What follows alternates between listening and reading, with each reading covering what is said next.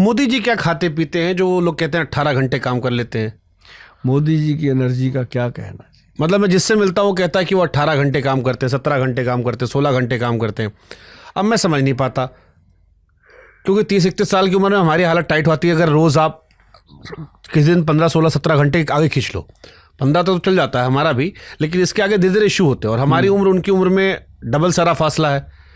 आप देखो ना, बुखार, छींक, सर्दी, जुकाम उनसे डर के दूर भागता है। हाँ, मतलब मैंने उनको नहीं छींकते खांसते देखा। और वो ऐसे युग पुरुष हैं जिनसे कोरोना भी डर के भाग गया, पूरे देश में से ताली बजा के भगा दिया उन्होंने। मतलब कहने का कि अंदर की इम्यूनिटी होती है एक, वो पूजा पाठ करते हैं और वो एक इम्यून सिस्टम को एक्टिव करता है।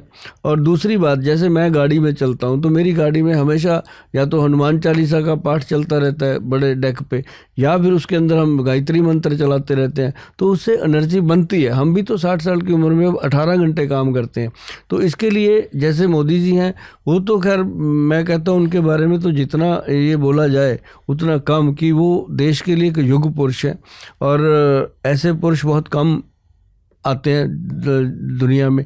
और भगवान जिनको बिठाना चाहता है उस सिंहासन पे ऐसे तो कोई बैठ नहीं सकता उसकी मर्जी के बिना, क्योंकि भोले बाबा का सिंहासन है वो, उस पे ऐसे ही नहीं बैठ सकता कोई।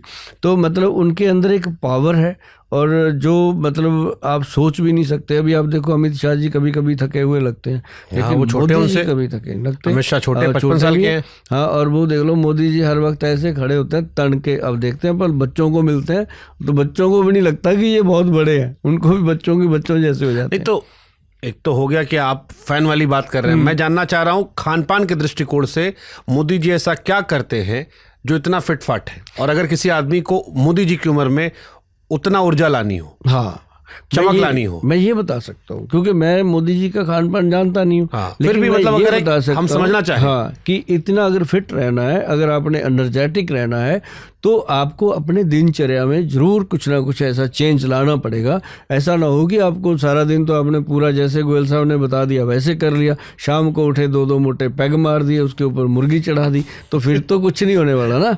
फिर तो मतलब बात यह है कि सुबह से रात तक जो छोटी छोटी चीज़ें हैं, जैसे आप हरी पत्तेदार सब्जियां खाएं और दालें, बिना छिलके की दाल रूटीन बना लें कि छिलके वाली दाल खानी नहीं है। और माँ, राजमा, आलू, चावल ये बहुत कम मात्रा में लें जो कार्बोहाइड्रेट्स को बढ़ाते हैं। और जैसे करके आपने दूध है, दूध आप लो, कौन मना करता है, दूध हमेशा लेना चाहिए, लेकिन दूध में हल्दी डाल दो। अगर दूध के अंदर साइड इफ़ेक्ट भी हो रहा है तब भी नहीं होगा। तो हल्दी ऐसी है कि उसके साइड इफ़ेक्ट को ख़त्म, हल्दी डाल दो, शहद डाल दो, मिश्री डाल दो, तो ऐसे दूध पीना चाहिए। मतलब अपनी खान पीन को इतना सात्विक कर दो कि आपको, आपके साथ जो बैठ के खाए उसको भी पता। अभी अक्षय कुमार की मैं इंटरव्यू सुन रहा था, कहते ये खाता ही कुछ नहीं है ना। तो वो साथ में वो थे अपने, क्या नाम है उनका, अमिताभ बच्चन जी के सन, अभिषेक बच्चन जी। तो वो खुद कह रहे थे अपने मुंह से, कहते यार इनके साथ रह के तो भूखे मरने वाली बात है। मतलब देखो उसकी एनर्जी कहाँ पे गई। अब अभिषेक बच्चन से कितनी एनर्जी है उसके अंदर।